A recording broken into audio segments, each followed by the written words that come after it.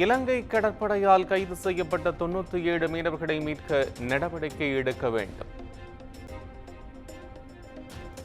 216 மீன்பிடி படகுகளையும் மீட்க வேண்டும் எனவும் மத்திய அமைச்சர் ஜெய்சங்கருக்கு முதலமைச்சர் மு.க. ஸ்டாலின் கடிதம்.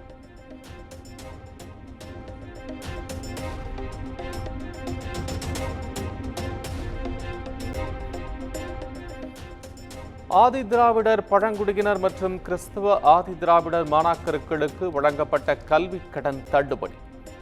48 கோடியே 95 லட்சம் ரூபாய் கல்விக் கடன் தள்ளுபடி செய்யப்படுவதாக தமிழ்நாடு அரசு அரசாணை.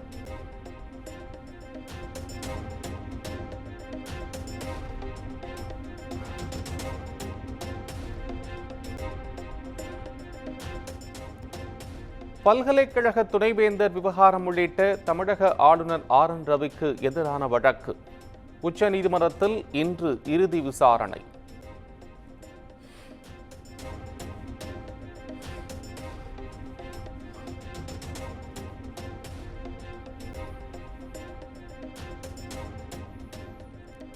ஈரோடு கிழக்கு இடைத்தேர்தலுக்கான பிரச்சாரம் ஓய்ந்தது.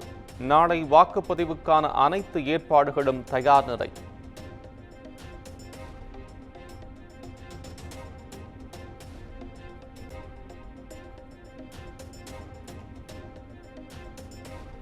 தலைநகர் டெல்லியில் சட்டப்பேரவை தேர்தலுக்கான பிரச்சாரம் நேற்று மாலையுடன் ஓய்ந்தது. 70 தொகுதிகளில் நாளை ஒரே கட்டமாக தேர்தல்.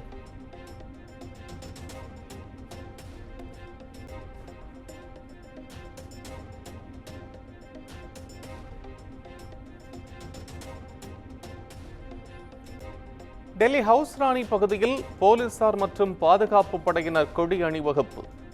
நாளை சட்டப்பேரவை தேர்தல் நடைபெறவுள்ள நிலையில் மக்கள் பாதுகாப்பை பிரதிபலிக்கும் வகையில் பரேட்.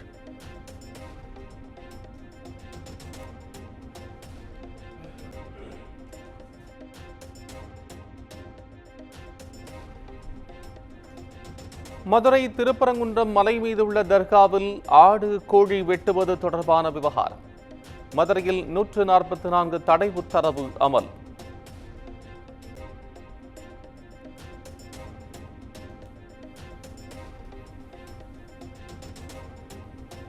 திருப்பரங்குன்றம் மலையை காப்போம் என்ற கோரிக்கையை முன்னிறுத்தி இந்து முன்னணியினர் போராட்டத்திற்கு அழைப்பு.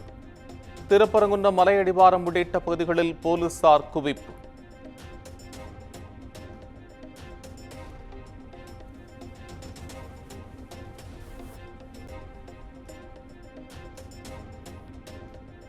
தென் மாவட்டங்களில் இந்து முன்னணி தலைவர்கள் மற்றும் நிர்வாகிகளை கைது செய்த காவல்துறை. திருப்பரங்குன்றம் தர்கா விவகாரத்தில் தடையை மீறி போராட்டத்திற்கு அழைப்பு விடுத்த நிலையில் போலீசார் முன்னெச்சரிக்கை நடவடிக்கை.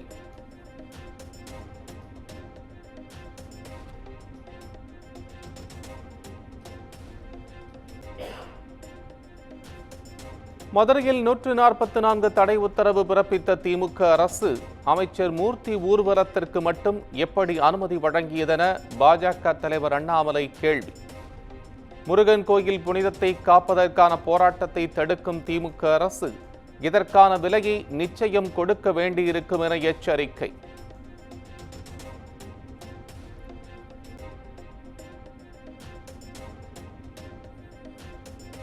நெல் கொள்முதல் குறித்து அறிந்தும் அறியாமலும் பேசுகிறார் பாமக நிறுவனர் ராமதாஸ். உணவு மற்றும் உணவுப் பொருள் வழங்கல் துறை அமைச்சர் சக்கரபாணி பதிலடி.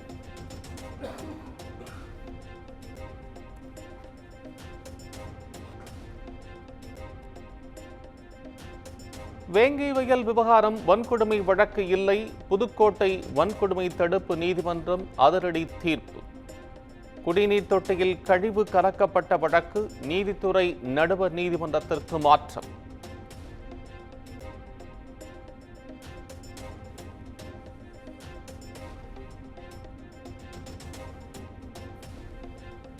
சென்னையில் அதிமுக அமைப்புகளின் செயல்பாடு குறித்து இன்று கள ஆய்வு.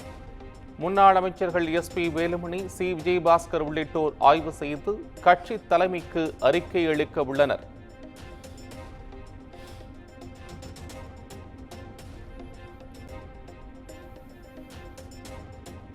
சிவகங்கை மாவட்டம் திருப்பத்தூரில் தவேகாவினரால் கடும் போக்குவரத்து பாதிப்பு. நெரிசலில் சிக்கிய அமைச்சர் டிஆர்பி ராஜாவின் கார்.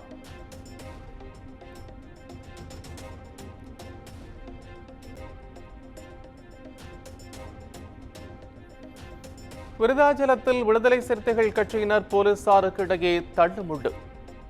வேங்கை வயல் விவகாரத்தில் உண்மையான குற்றவாளிகளை கண்டுபிடிக்க கோரி 500க்கும் மேற்பட்டோர் ஆர்ப்பாட்டம்.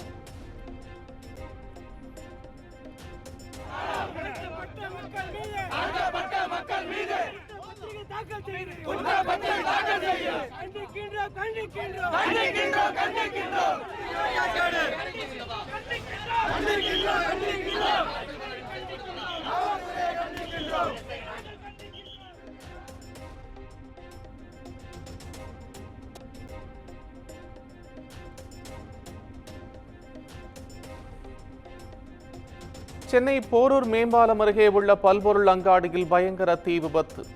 பல லட்சம் ரூபாய் மதிப்பிலான பொருட்கள் தீயில் கருகி சேதம்.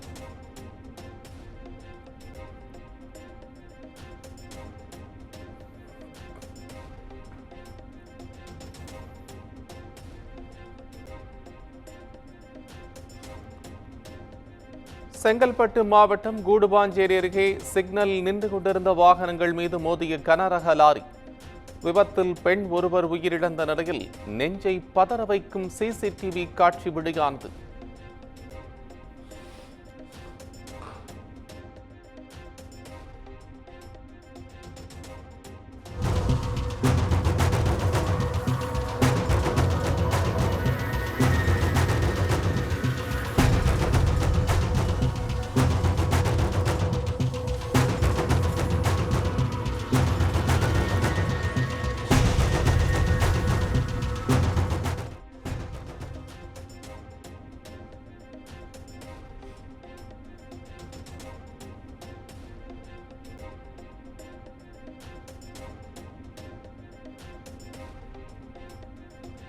ஆந்திர மாநிலம் திருப்பதி திருமலையில் இன்று ரத சப்தமி விழா.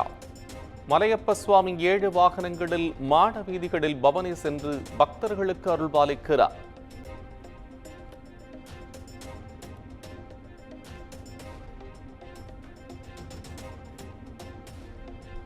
உத்தரப்பிரதேச மாநிலம் கோரக்பூரில் சௌரி சௌரா நூற்றாண்டு விழாவை இன்று காணொலி காட்சி வாயிலாக தொடங்கி வைக்கிறார் பிரதமர் நரேந்திர மோடி. சிறப்பு அஞ்சல் தலையையும் பிரதமர் வெளியிடுகிறார்.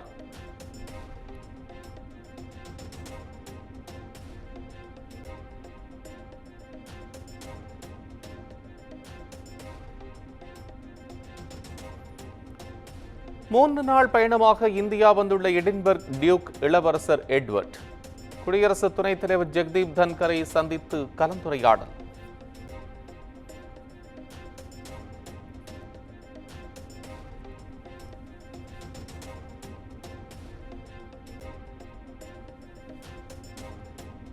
ஜம்மு காஷ்மீரில் பயங்கரவாதிகளால் சுட்டுக் கொல்லப்பட்ட முன்னாள் ராணுவ வீரர் மன்சூர் அகமதுவின் உடல் குடும்பத்தினரிடம் ஒப்படைப்பு.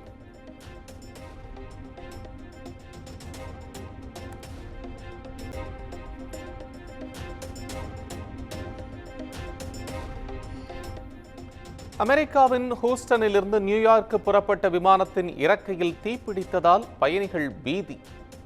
உரிய நேரத்தில் விமானம் நிறுத்தப்பட்டதால் நல்வாய்ப்பாக உயிர் தப்பிய 104 பயணிகள்.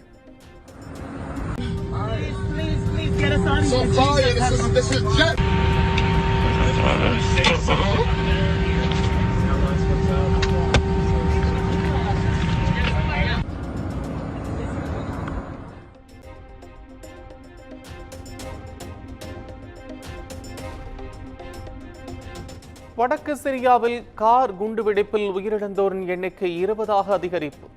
பலர் படுகாயமடைந்துள்ளதால் பலி எண்ணிக்கை மேலும் உயரும் என அச்சம்.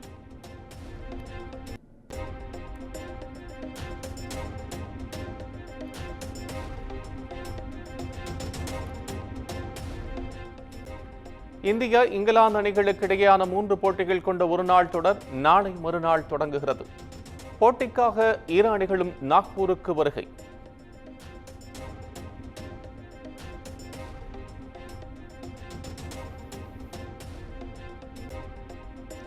ISL கால்பந்து தொடரில் ஒடிஷா நார்த் ஈஸ்ட் யுனைடெட் அணிகளுக்கு இடையிலான ஆட்டம் டிரா. முதல் பாதி டஃப்பாக இருந்த நிலையில் இரண்டாவது பாதியில் இரு அணிகளும் தலா 2 கோல் அடித்து சமநிலை.